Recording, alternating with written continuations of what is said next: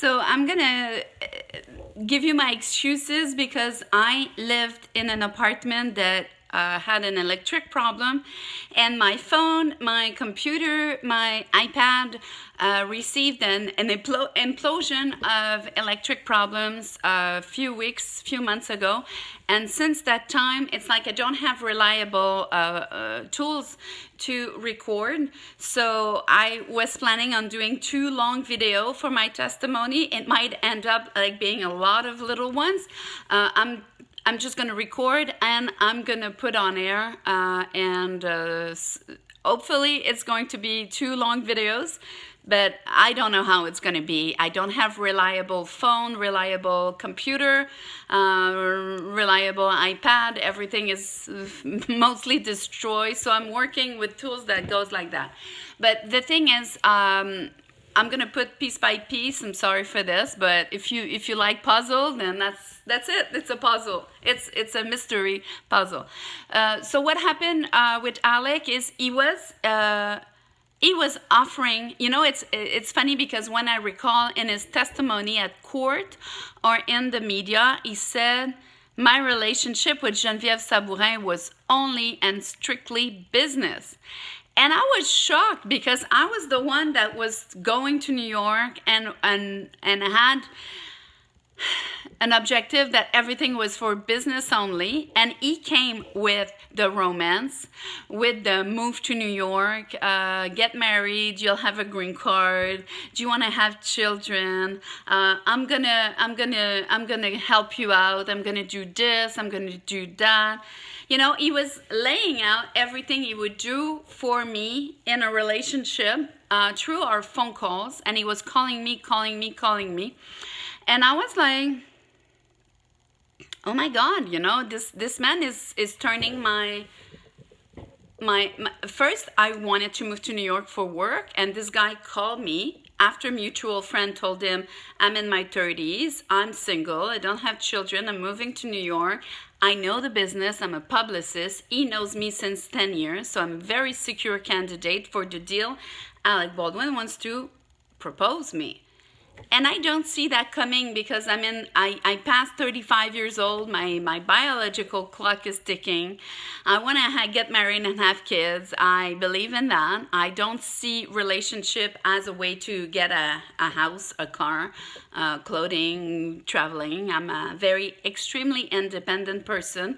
My house was fully paid. My Mercedes-Benz was fully paid. I was dressed in designer clothes. Gucci, Louis Vuitton, Burberry was what I was wearing at that time, and every pieces was paid by me, Karl Lagerfeld and Chanel. So why would I see a relationship with a romance with a man be a way to get a career, a way to get a house, a way to move to New York, a way to get a green card? So I never saw a man that's a way to waste your life. That's how I see it. I had so much to offer, and I was aware of it, and I was very independent, genuine. I was sincere. I've always been within the truth. So I expect the same for the man I'm gonna marry and the man I'm gonna share my life with. And so I don't know, Alec. I understood that he was damaged with his marriage, with his divorce. I understood that he was extremely damaged with the situation when the phone call to his daughter. I started looking a little bit on internet, and I saw something that broke my heart. I saw that the Daily Mail in UK, in United Kingdom, was posting almost every week, over and over again, a letter of excuse of Alec Baldwin saying that he was like I haven't read it in 6-7 years, but in 6 years, but saying that he is sorry for what happened with the phone call situation, and he was saying to his daughter that he was sorry. But I said to myself, did he make sure that this was always reprint at the bottom of every other news? Did Alec gave money to Daily News to make sure that Daily News would always reposition this page, this internet page of excuses, eternally reactualize it in a way that it was always reprinted. And I understood the answer was yes. So I told Alec, I said, I can see how sorry you are for that phone call, but it's an understanding message. This phone call should have never been donated to TMZ. And I understood that the situation broke his heart in a way that it would never be repaired. I suggested to Alec that we could build something around the scar, but I didn't want to pretend the scar wasn't there, or the hurt, or the pain, or the damage, of every consequences that came with the fact that he was vilified around the world for something that happened in a circumstances that regards privacy. It was a private matter. I'm not defending his action. I wasn't there. And it's easy to take, and I'm telling you, I know now what vilification is and what taking little pieces outside of context can do. So I'm not gonna take one little tiny bit of reality and base my entire judgment on that. I can't do that, and I know better as a publicist to never do such a thing.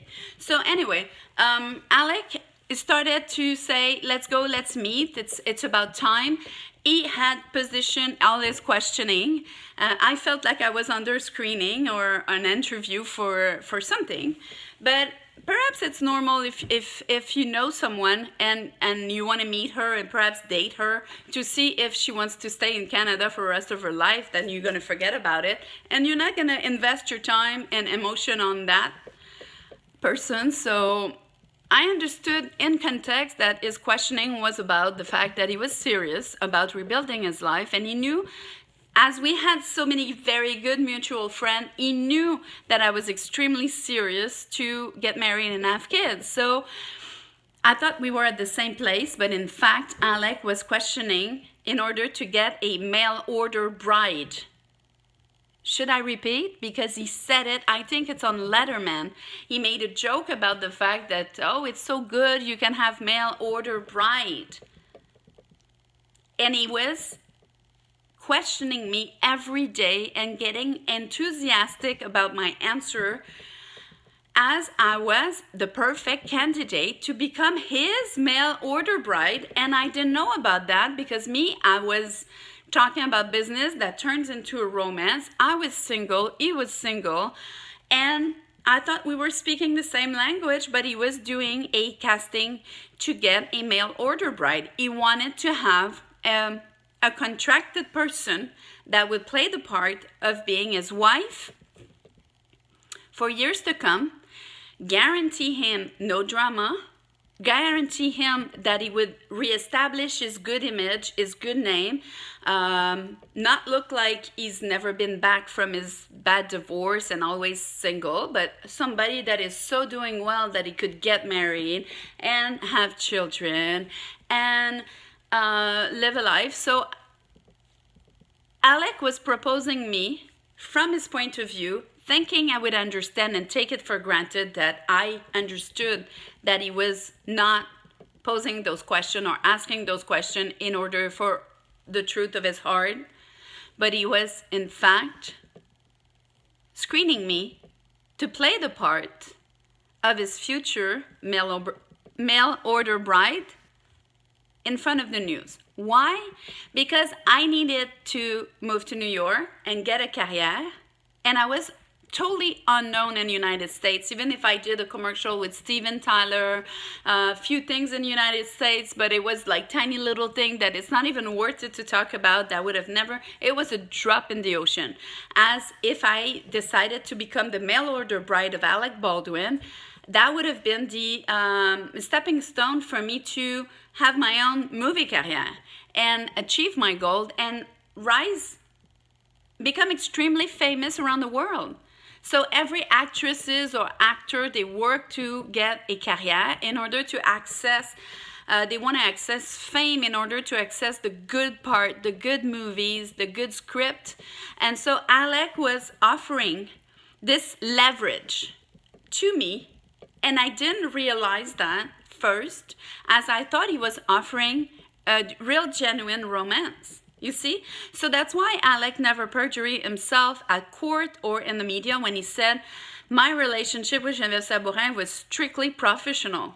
And I understand that as I was being on casting couch, or just a casting for being his mail order bride, that he needed to change his image. I was pretty, I was young, I was thin, I was fit, I was different. I had this signature accent that is sexy. Alec joked about it. He liked that very much. So it's something that could catch attention as we work in a business of appearances, being beautiful, being a model, coming from another country. It's exotic. Having a French accent, it's exotic. It looks refined. You know, I had a good packaging that was interesting for his project and the offer he wanted to give me. And so after he did all his screening, calling me every day, he said, we have to meet. I didn't understand. I thought it was a weekend of a date, especially that we met during the Valentine's week. So I was like, okay, he's very romantic, you know. And I wanted to go to the W Hotel, and Alex said, no, you're going to the Lowell Hotel, is a hotel of my friends.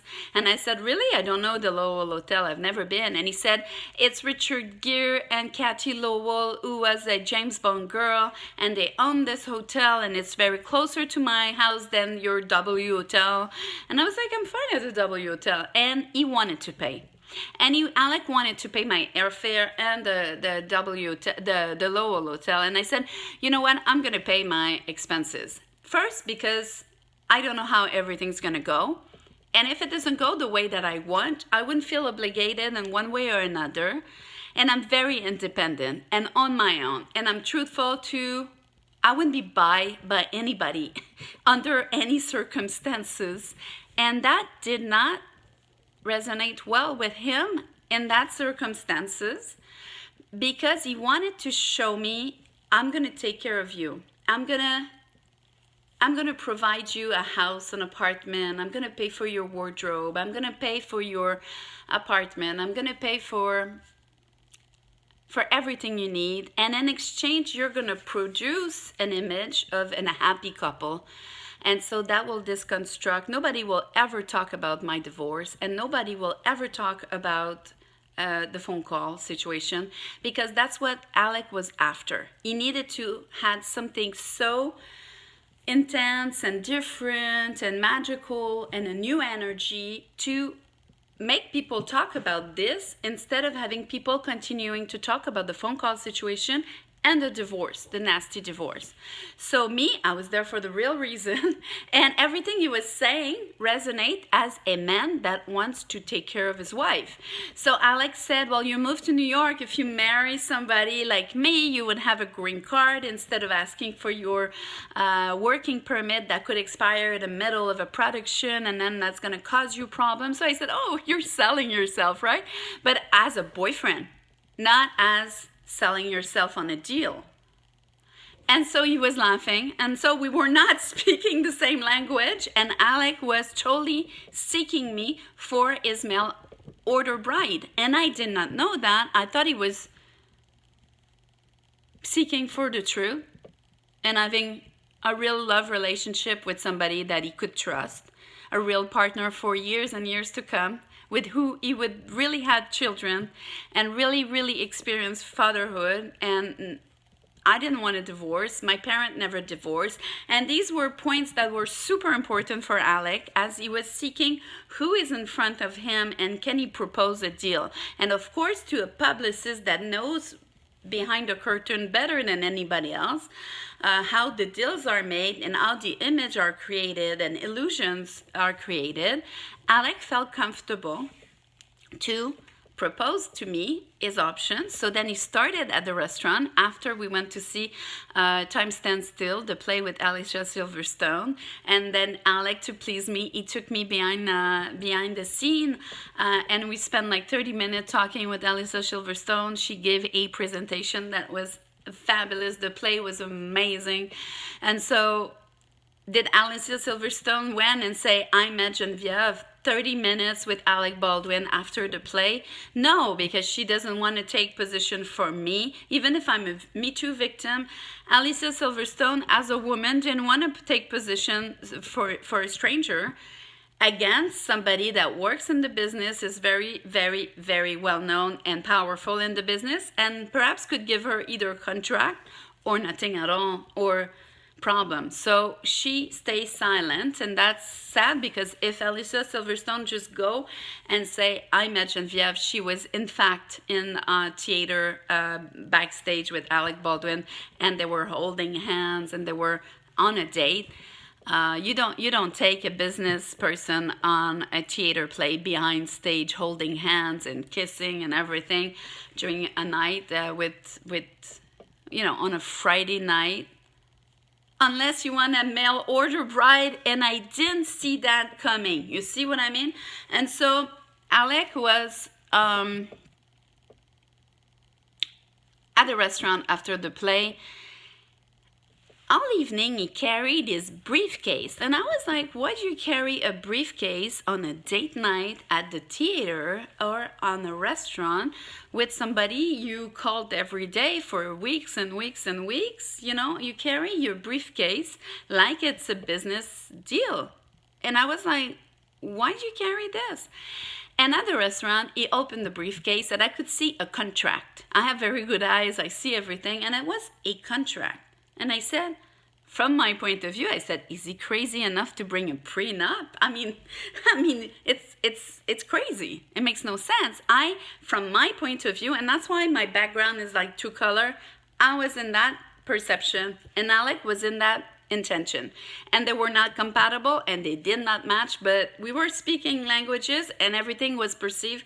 My answer could be perceived differently than what I meant, and Alec action and words were perceived in a way that I thought it was romance. I thought it was honesty. I thought it was genuinely going towards trying to move in together and give it a try.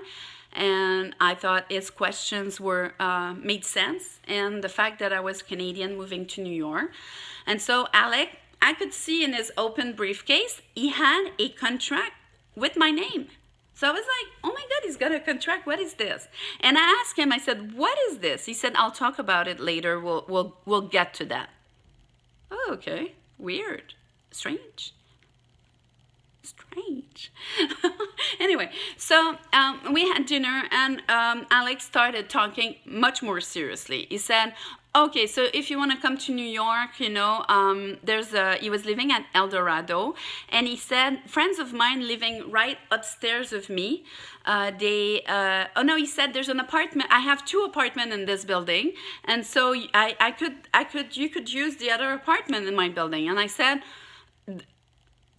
okay. It's like, I thought he was, I don't know, honestly.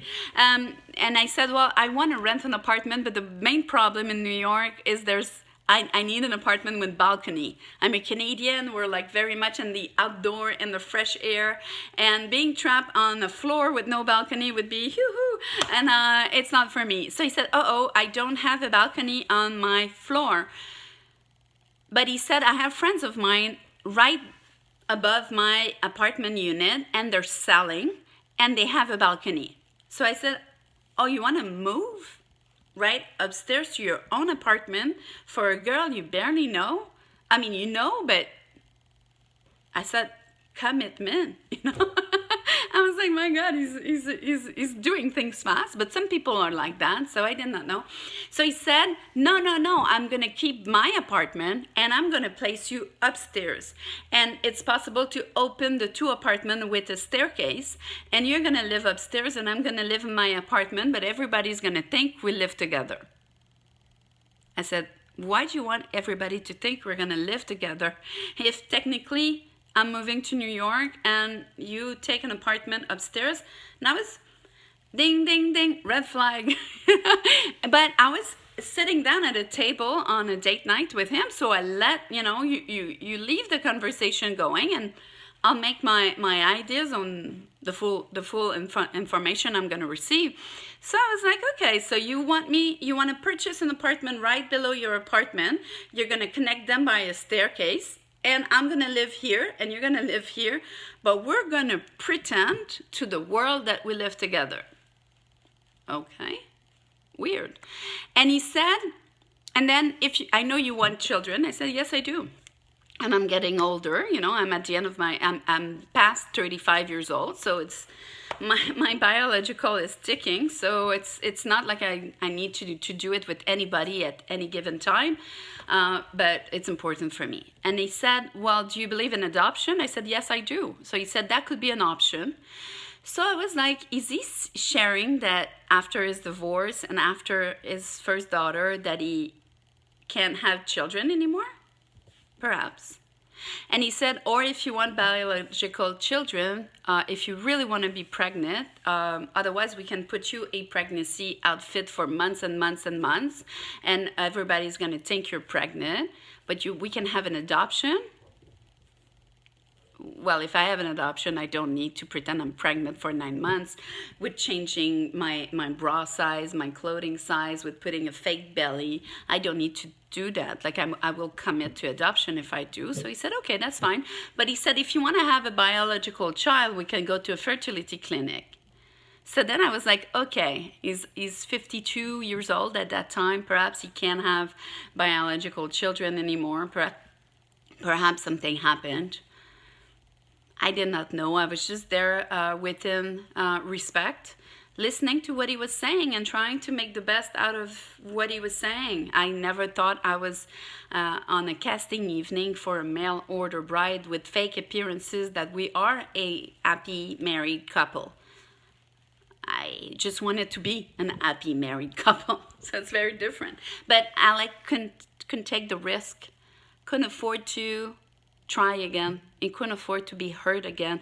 And he couldn't afford, his career could not afford to present somebody that he loves, present somebody that he is engaged, present somebody that he wants to marry her, perhaps have children with her, and then a year after, everything collapsed. It's another divorce, and it would be the end of Alec Baldwin's career, as the other situation with Kim Basinger and Marilyn Baldwin would have linked with another failure. And the press, they're so mean. They would have jumped on that and killed his career, and perhaps killed him at the same time. So I understand that on business point of view or financial point of view, Alec would not take that risk for the damage that he had endured for the years in between the time I met him on Plutonage to the man I had in front of me. He had changed, and he couldn't afford to trust. He couldn't afford to love, and he couldn't afford to divorce. He couldn't afford scandal. He couldn't afford to be killed and sent to the lion again. And that would have been the end of his career. So instead, Alec is smart, he knows the business, and he wants to succeed. Perhaps he needed money. So he said, I'm going to get a mail order bride. And he thought I was a good candidate because he thought I was vulnerable with needs that he would fulfill in exchange for me to be the image of what he needed, which is always on red carpet, always on, even like showing myself with fake belly pregnancy, or showing myself saying I got children or I adopt, or if we went to a clinic, like having a natural pregnancy, that it would have been done in a clinic. So I was like, strange. And he said to me, if you take the clinic option, so you're going to hear my dog. He said, if you want to take the clinic option, the fertility clinic option, I'm just going to sign you paternity paper. And this is where everything shifted. I said, paternity paper? And in my normal person head, I said, why would I need Picasso? I said, why would I need paternity papers? Especially if we're married, especially if we live together, especially if we have a child. I said, and then I said to Alec, Alec, if anything happened to you, if you have a car accident, if you die from a heart attack, as my father died at 53 years old from a heart attack, and Alec was 52 at that time. So I said, if anything happened to you, I will always tell our children that you're the father. You don't need to provide me with written proof and your signature, pretending this is a paternity recognition of my child. And then when I said that, Alec understood that we were not talking the same language. He was talking about a deal as a mail order bride, as a image wife for years to come, including perhaps children, but not from making love or not from real love commitment, as he didn't want to have that intimacy with the person he was making the deal, because he didn't want the deal to turn sour. He knew that if I was going to be accepting mail order bride, we would have never kissed, never have sex. We would have been business partner, and that way we would have never fall out of love or divorce or fight. It would have been two business people, goal-oriented in their very lucrative, famous career in making fortune out of it. So then when I said, why do I need paternity papers? Alec realized, oh my God, she is there for real. She's genuine. She's speaking the truth. She loves me for real. She cares. She is moving in with me for real. She is wanting children with me for real. She is genuine, honest. And his voice changed and he started trembling and his entire demeanor was different. And I saw that he became he touched my hands. He became protective. He became even more engaged. Like if I was somebody that he cared for, a precious flower or a precious diamond. And he understood that I was not into making a deal for my own profit, my own career, my fame. I was just there with an honesty because I cared for him and I thought he was great. And I thought that everything we shared was valuable. And he understood that I was not the right candidate to be mail order bride. And so Alec, just to confirm, he changed his voice. He took a very strong voice and he said, are you going to answer me finally? Will you take that deal? What? He said, it's clear. It's 2 apartments. I'm going to pay for your apartment. We're going to pretend to live together. I'm going to provide you at least $2 million contract. And if you don't reach that $2 million contract by the association, he said, I'm going to give you $2 million. And you're going to be my wife in the media, and we're going to go out a lot, and we're going to be in the press a lot, and we're going to do in every premiere, every red carpets, everywhere a lot, and it's going to be good for you, and it's going to be good for me. And he said, are you going to take the deal? And I said, what? And I was like, I retracted inside of me, and I was thinking, oh my God, what deal? There's no deal. I'm talking about love. I'm talking about caring. I'm talking about honesty, truth. You know, when you really care genuinely for someone, there's no price for that. I cannot be bought by anyone for any given reason. And Alec understood, and he said, so is it a question of money? And now he knew that all the weeks we were talking, I was genuinely sincere. And then I was starting to understand what he was truly saying, which is mail order bride.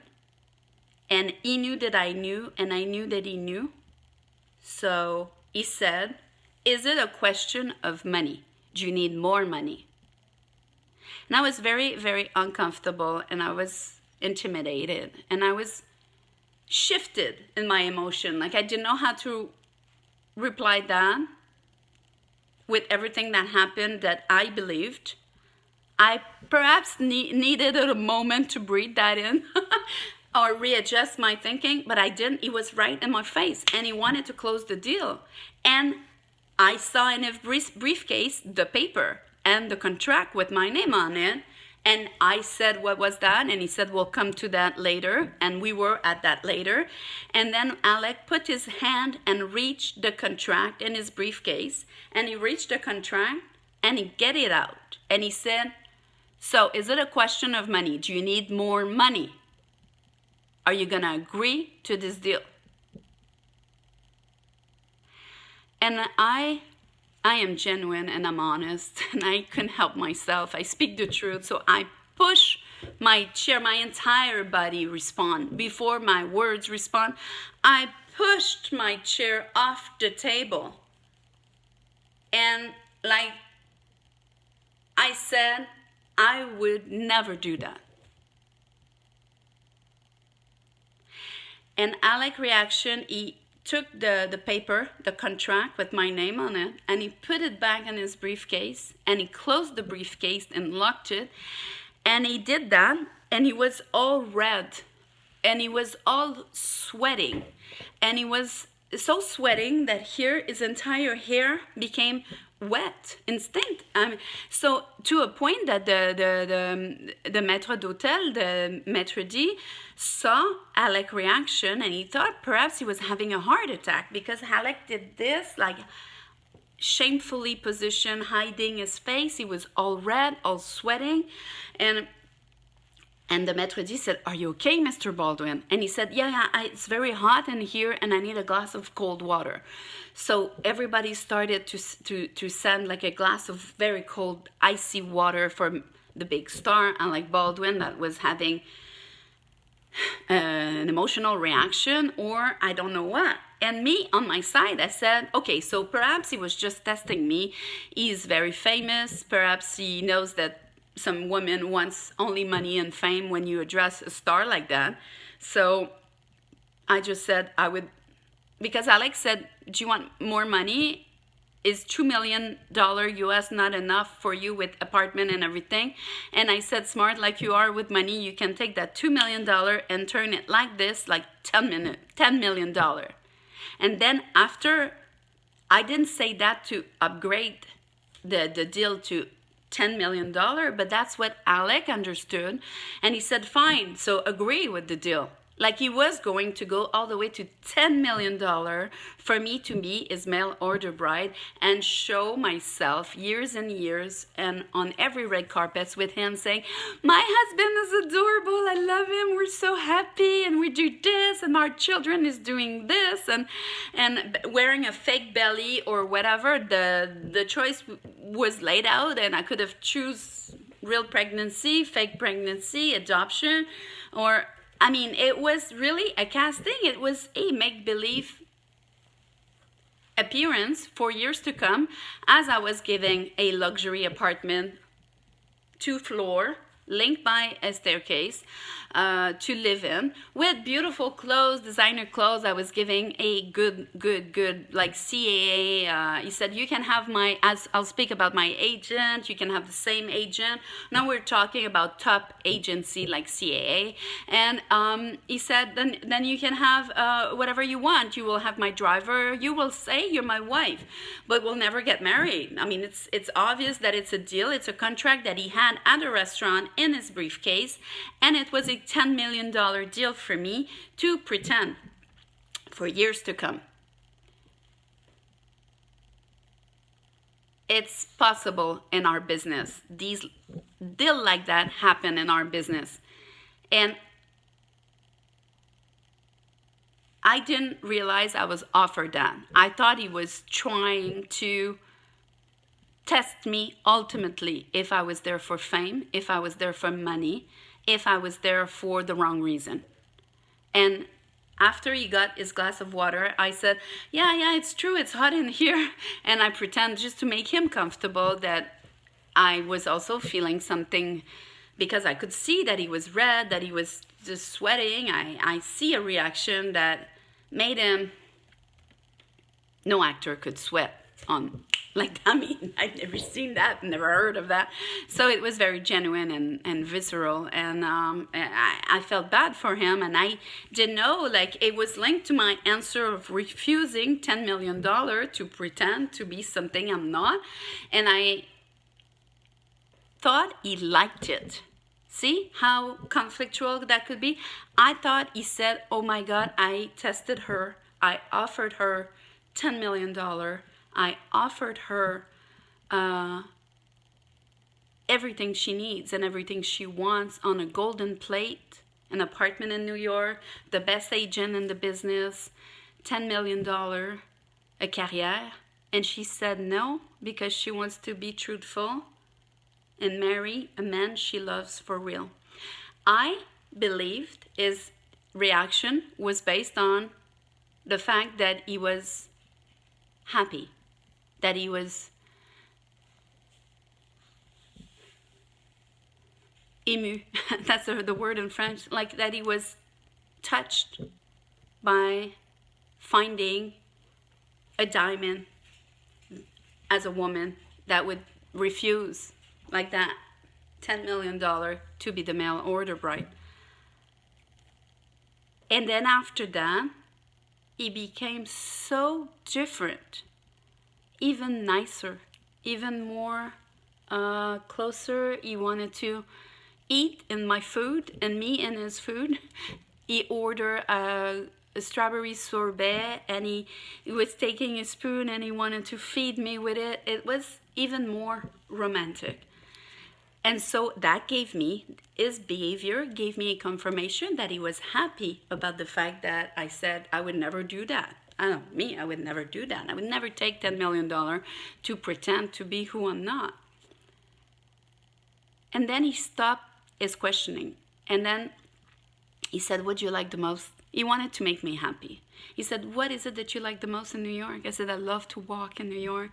If it's summertime, if it's raining, if it's snowing, it's the city in the world that I prefer to walk because everything is square, everything is very symmetrical. And the plan of New York is perfect for walkers. And I love to walk from Central Park all the way down to Statue of Liberty. I do it often, which some New Yorkers think it's a little bit too much walking, but I love it. So I said that to Alec. I said, I love walking. So he said, okay, come on, sweetheart, we're going to go walk. And he couldn't stop, like he was holding my hands. He put my coat on. And it reached a level of love and romance that was rare. And so we took a walk, but then soon people on the street noticed it was the 30 Rock actor, the big star, and they started, oh man, I love you, can I get an interview, an autograph and everything? So Alex said, okay, let's jump in a cab. And so we jumped in a cab and we went to my hotel, which was the Lowell Hotel, and we were supposed to go at the Hamptons. He promised that he would show me, introduce me with friends, that we were supposed to go in his house in the Hampton. That's where, prior to my trip, he gave me the address, he sent me photos, he wanted me to go to his house in the Hampton, and he told me where it was and how it was, and everything about it, and the fact that he had a dinner while he was married with Kim Basinger, that he had a dinner with President Clinton and Hillary Clinton there for the Democratic Party, and he showed me pictures. So, it's hard to pretend that, he didn't want me there when he said, you're most welcome to come by email. And then, so we went to the Lowell Hotel, and I was supposed to go in the Hampton the next morning. So I said, okay, good night. Thank you. It was wonderful dinner. And it was a little bit strange. I needed to take some time for myself to understand what he was doing. But as my perception was he's been so damaged and so hurt by a nasty divorce and losing children that perhaps he faked an offer of millions of dollars with a career, with an agent at CAA, with 2 apartments, 2 floors split with a staircase, pretending to do red carpets and having a child that he's going to sing paternity papers and on and on and on. That for me made no sense, but for him made a lot of sense after the fact that he couldn't trust or love again or afford financially to take a risk. And Alex said, "So you're not going to invite me for a glass of water?"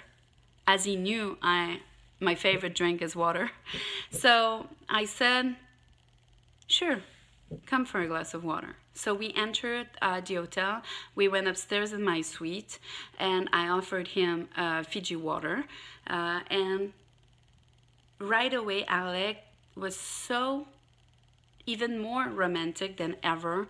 He kisses me in a way that I've rarely been kissed like that. It was full of love and care and passion and tenderness, and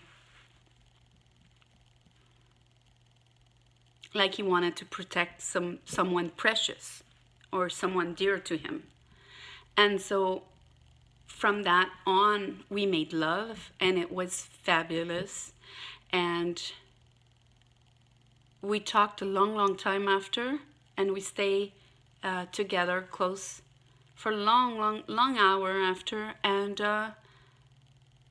he said to me, "Oh my God," he held me and he said, "Oh my God, I don't want to hurt you." Why would you say that? He said, he trembled in his voice and he had tears and he said, "I don't want to hurt you."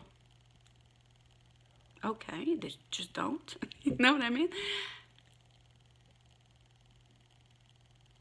And he left. And he stand and he said, "Okay, I gotta go. I'll call you tomorrow." And he became very robotic, like a robot. Like, okay.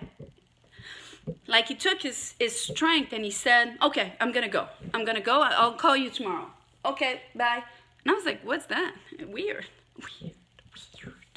And I said, okay.